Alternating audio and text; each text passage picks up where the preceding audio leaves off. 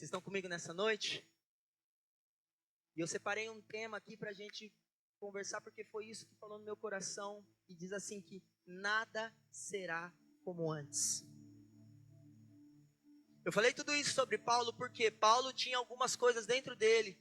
Paulo tinha alguns padrões de pensamento, algumas crenças, algumas coisas que ele acreditava. Mas a partir do momento que Jesus entrou na vida dele, tudo isso caiu por terra. Ele teve que mudar todo o seu padrão de pensamento, todo o seu modo de pensar, tudo aquilo que ele acreditava, tudo aquilo que ele tinha por fundamento. Ele teve que mudar tudo isso. Porque quando Jesus entra, tudo muda, tudo se transforma. E nada é como antes. É impressionante como nós estamos presos em cima de coisas que já aconteceram conosco. Então nós tomamos estas coisas como verdades absolutas, pensando que a única forma das coisas acontecerem é da forma que nós já vivemos. Eu não sei você, mas eu costumo lembrar das pessoas que dizem assim: porque no meu tempo era bom, porque no meu tempo acontecia, porque só dessa forma. Sabe, eu não gosto muito dessa forma de pensar. Essa forma engessada de pensar, porque quando era no meu tempo, era bom, porque quando era no meu tempo, como se Deus não tivesse no trono, como se Ele não tivesse comandando todas as coisas, se Ele tivesse parado lá só naquela época. Problemas existirão sempre, mas Deus está no controle sempre também. Ele sempre está no seu trono reinando. Nós tivemos épocas de bonança, veio a pandemia, muita gente ficou desesperada, mas ele não saiu do trono dele, ele está reinando lá e vai continuar reinando pelos séculos dos séculos. A soberania absoluta de Deus ainda reina, é ele quem escolhe, é ele quem é o alfa, o ômega, o princípio e o fim. Ele é o começo e ele é o final. Ele já sabe todas as coisas, nada foge do seu controle. Ele está ali sabendo qual é o final. E eu vou dizer para você, porque ele já disse através da palavra dele qual é o final. Sabe qual é o final? O final é bom. O final é bênção. O final é céu. O final é o reinado de Jesus Cristo para todo sempre. É esse que é o final. Mas nós devemos deixar para trás tudo aquilo que nós já aprendemos para aprender o que Deus tem de novo para nós. Quantos querem aprender mais de Deus? Quantos querem pegar mais as coisas novas de Deus? Sabe, irmãos, e para as coisas novas venham funcionar na nossa vida, nós devemos deixar para trás o velho eu, o velho pensamento, aquilo que já funcionou um dia, talvez hoje não funciona mais. As coisas velhas já passaram, eis que tudo se fez novo.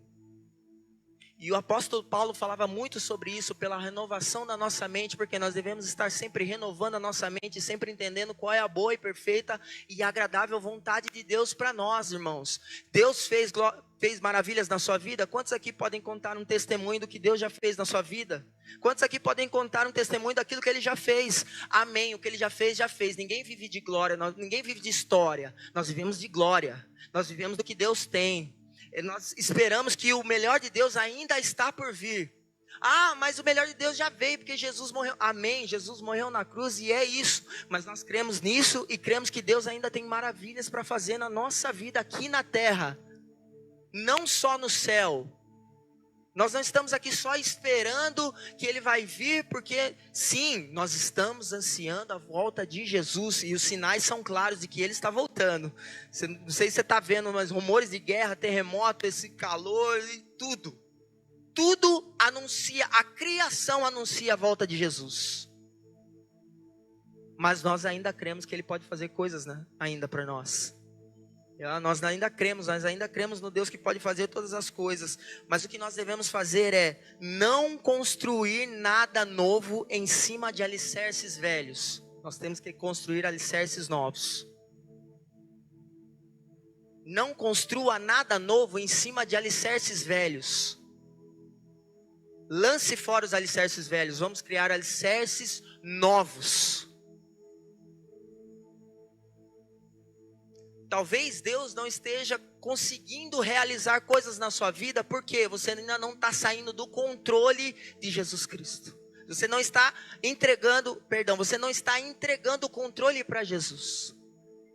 Muitas vezes nós nos enganamos e pensamos assim: Deus, eu quero que o Senhor faça alguma coisa na minha vida. Eu quero que o Senhor mude a minha vida, mude o meu casamento, mude a minha vida profissional, muda o meu jeito de pensar, tira isso aqui de mim, coloca. Mas é assim, porque eu já pensei como que tem que fazer. E eu acho que a melhor forma do Senhor fazer é assim, assim, assim, assado.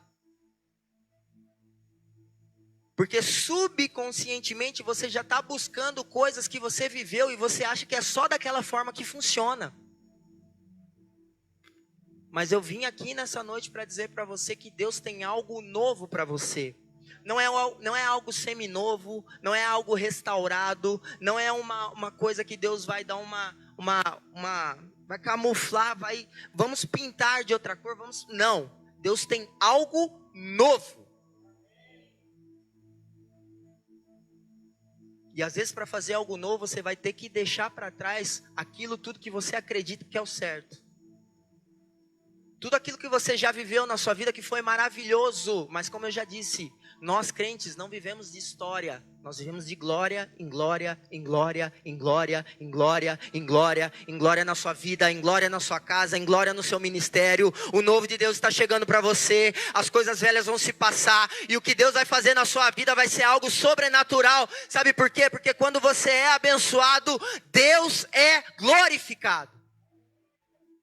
Aleluia! E era isso que Paulo nos ensina sobre a renovação da nossa mente.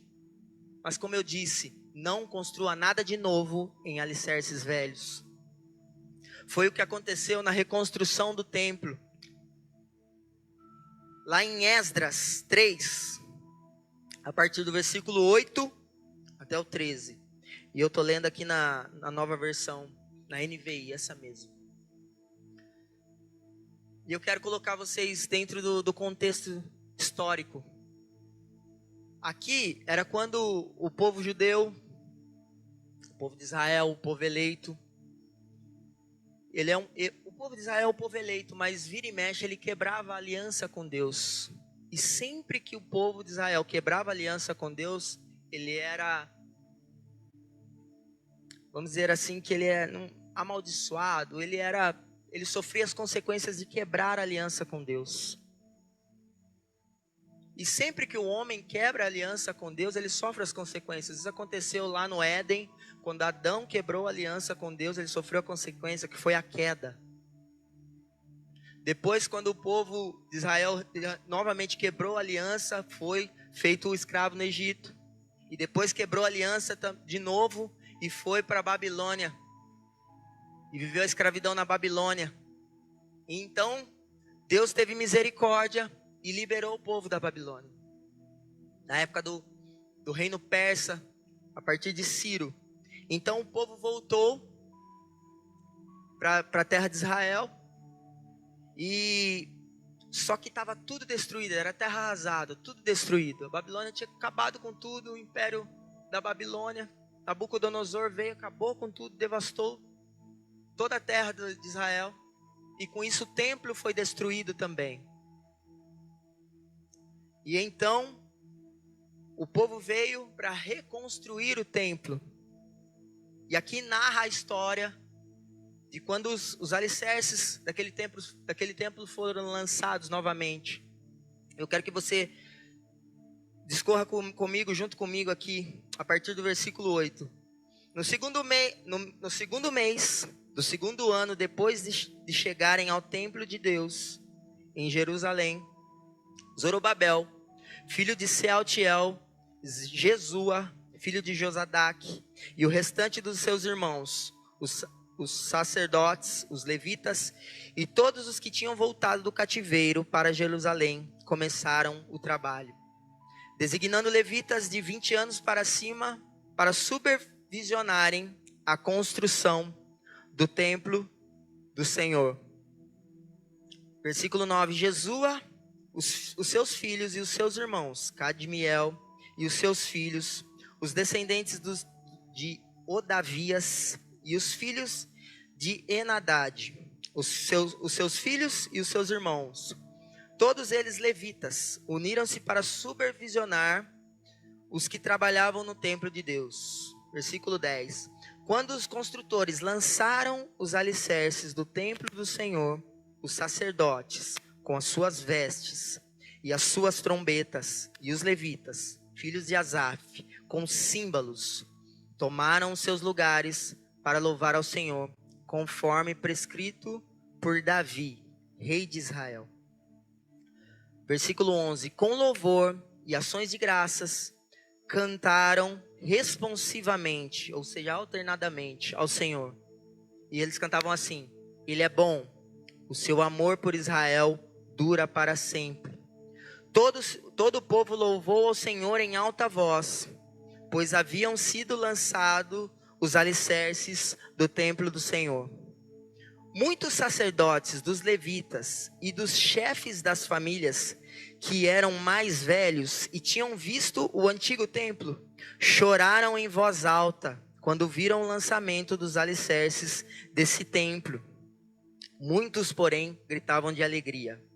E versículo 13: não era possível distinguir entre o som dos gritos de alegria e o som do choro, pois o povo fazia tanto barulho que o som era ouvido de longe. Não sei se você percebeu aqui, mas o texto narra dois tipos de pessoas. É como se tivesse dividido o povo em dois povos. Um povo estava alegre, porque eles estavam lançando os alicerces novos do novo templo. Estavam alegres porque estavam reconstruindo a casa. Tem uma versão bíblica que diz a casa. Eles estavam reconstruindo a casa de Deus, onde eles iam para louvar ao Senhor.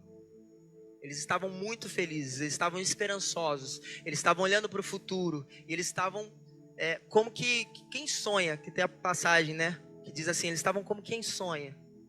Só que tinha um outro povo que estava triste e que estava chorando. E esse povo que estava chorando, ele estava chorando tão alto que eles estavam disputando ali com quem estava gritando de alegria e quem estava gritando de tristeza. Por que que esse povo estava gritando de tristeza? Por que que esse povo estava chorando? Porque eles estavam lembrando do antigo templo. E a palavra de Deus diz assim que esse templo que estava sendo construído agora não chegava aos pés do templo que Salomão fez como a casa do Senhor.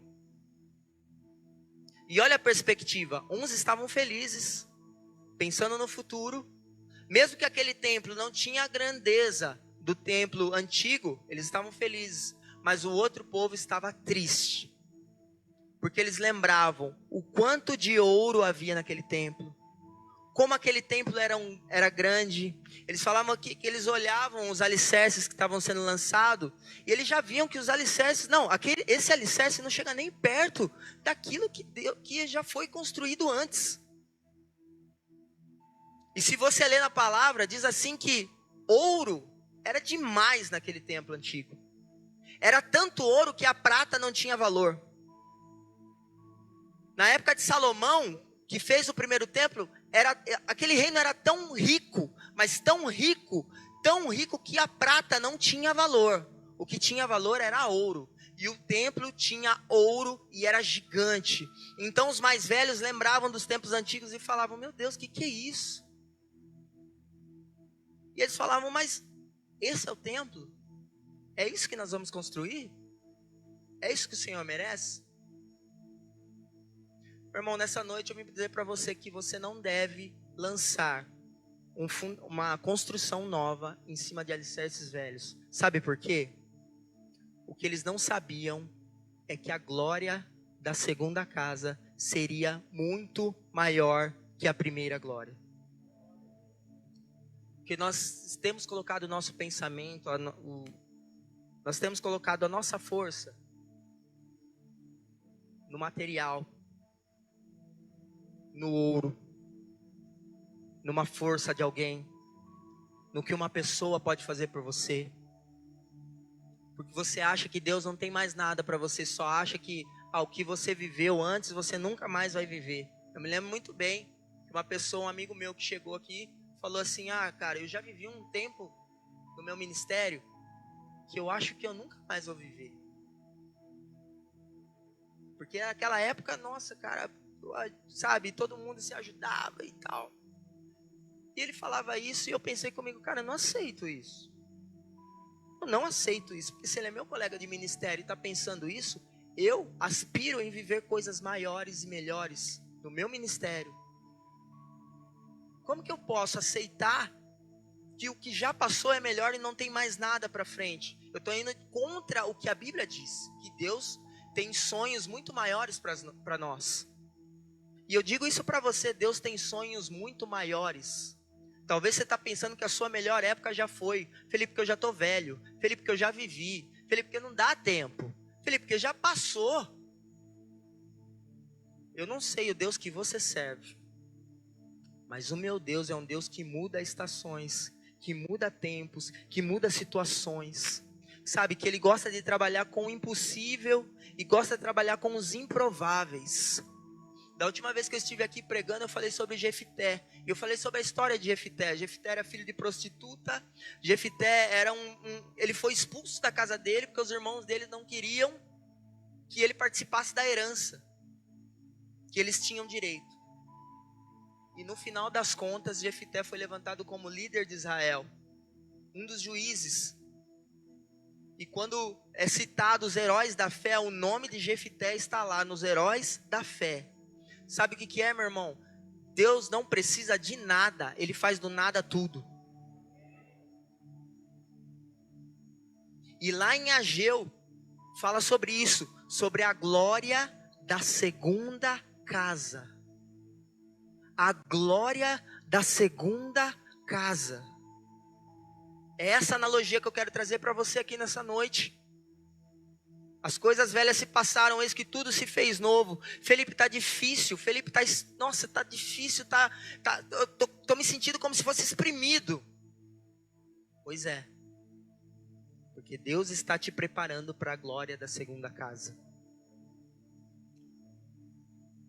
Lá em Ageu, capítulo 2, a partir do versículo 1 até o 9, nós vamos ler sobre isso, sobre a glória da segunda casa.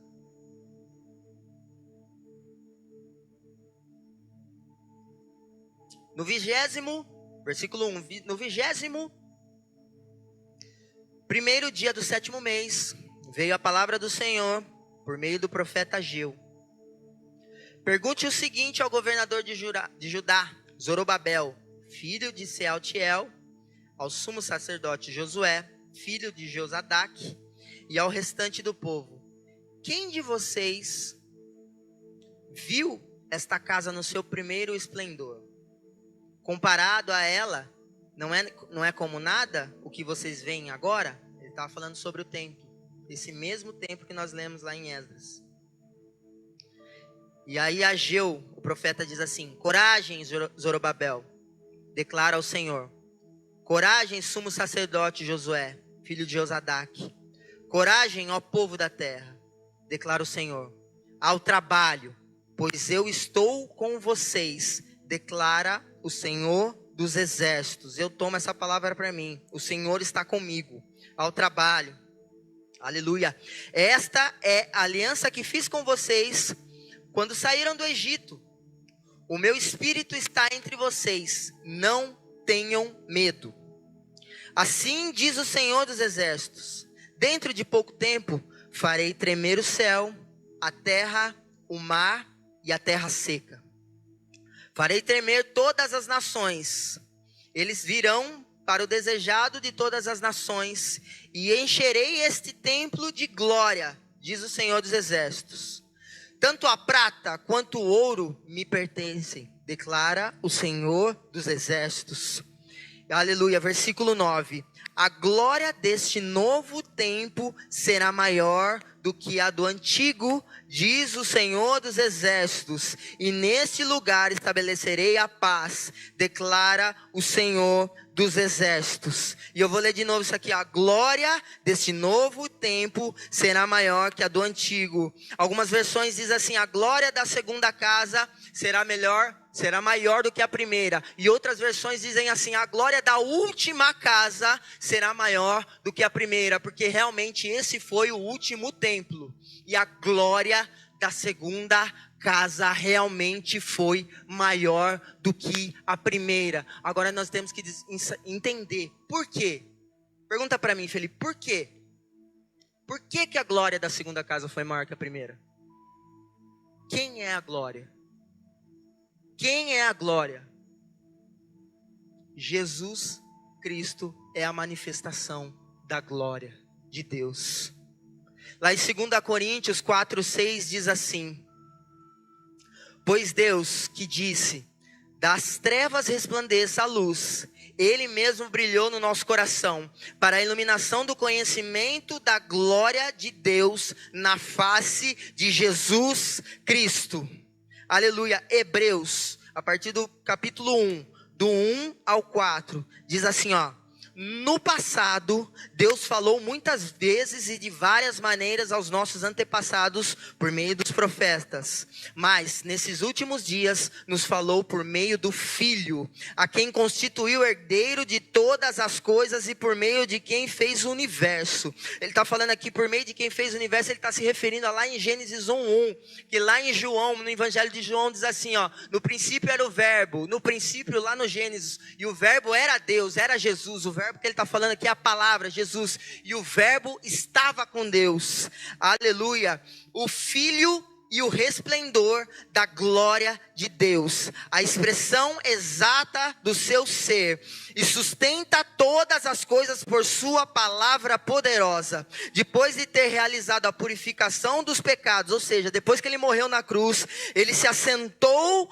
à direita da majestade nas alturas, pois é muito superior aos anjos, e o nome que herdou também é superior ao deles. Aqui ele está fazendo referência lá em Filipenses 2:9, que diz assim: pelo que também Deus o exaltou soberanamente e lhe deu um nome que é acima de todo nome, para que ao nome de Jesus se dobre todo o joelho dos que estão nos céus, na terra e debaixo da terra, e toda a língua confesse que quem? Jesus Cristo é o Senhor, para a glória de Deus Pai. A glória se manifestou em Jesus. Jesus Cristo é a manifestação da glória. Aleluia. Mateus 26:55 diz assim: naquela hora, Jesus disse à multidão: acaso estou chefiando alguma rebelião, para que venham me prender com as espadas e varas? Todos os dias estive com vocês aonde? Ensinando no templo, e vocês não me prenderam. Aonde ele esteve? Aonde ele esteve? Aonde ele estava ensinando? Quem é a glória? Qual é a segunda glória? É Jesus. Jesus é a glória da segunda casa.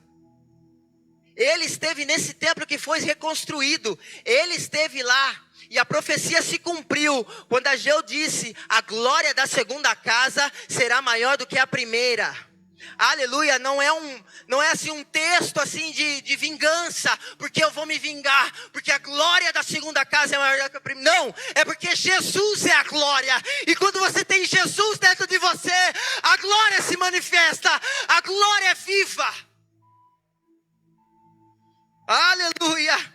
Mateus 12:6, eu digo a vocês que aqui está quem é maior do que o templo. Jesus dizendo. E aonde Jesus entra, as coisas não são como antes. E aonde a glória de Deus está, que é Jesus, que é dentro de você, bate assim no seu peito: Jesus está dentro de mim. Diga: Jesus está dentro de mim. Diga: Jesus está dentro de mim. Aleluia, a glória de Deus está dentro de você. Porque Deus habita no teu coração. Aleluia. Antigamente ele habitava em mãos feitas por homens, mas agora ele habita em mim e em você. Assim que Jesus subiu, ele falou: eu vou subir, mas eu não vou deixar vocês órfãos. Eu vou deixar o Consolador, que é o Espírito Santo. Aleluia. Eu não sei se vocês estão entendendo, mas o Espírito Santo de Deus está dentro de você, e a glória dele se manifesta dentro de você, porque Jesus está dentro de você. O Espírito Santo está dentro de você. Aleluia. Onde ele está, a enfermidade vai embora. Aleluia. Onde ele está, a ansiedade vai embora. Aleluia. E onde ele está, a depressão vai embora. Porque a glória da segunda casa é maior do que a primeira. Aleluia. Ele não habita mais em mãos de homens, em templos feitos por mãos de homens. Ele habita aqui, ó. Aqui, ó, dentro do seu coração. A glória da segunda casa é maior do que a primeira. Aleluia, a profecia já se cumpriu. Aleluia. É diferente quando Jesus está dentro de nós. Onde Jesus passa, nada é como antes. Quando Jesus entrou na vida de Pedro, antes o seu nome era Simeão, que quer dizer frágil. Mas depois que ele entrou, mudou, virou Pedro, a rocha. Aleluia, quando Jesus entrou na vida da mulher que tinha um fluxo de sangue, antes ela era indigna, porque ela não podia estar no meio do povo. Antes ela era uma mulher enferma, antes ela era uma mulher que sofria. Mas quando ela tocou em Jesus, quando Jesus passou onde ela estava, tudo se fez novo. Primeiro, ela adquiriu dignidade. Dignidade.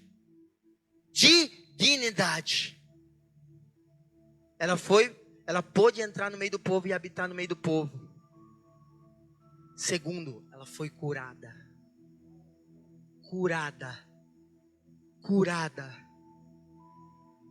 Quando Jesus entrou na vida de Lázaro, ele foi ressuscitado.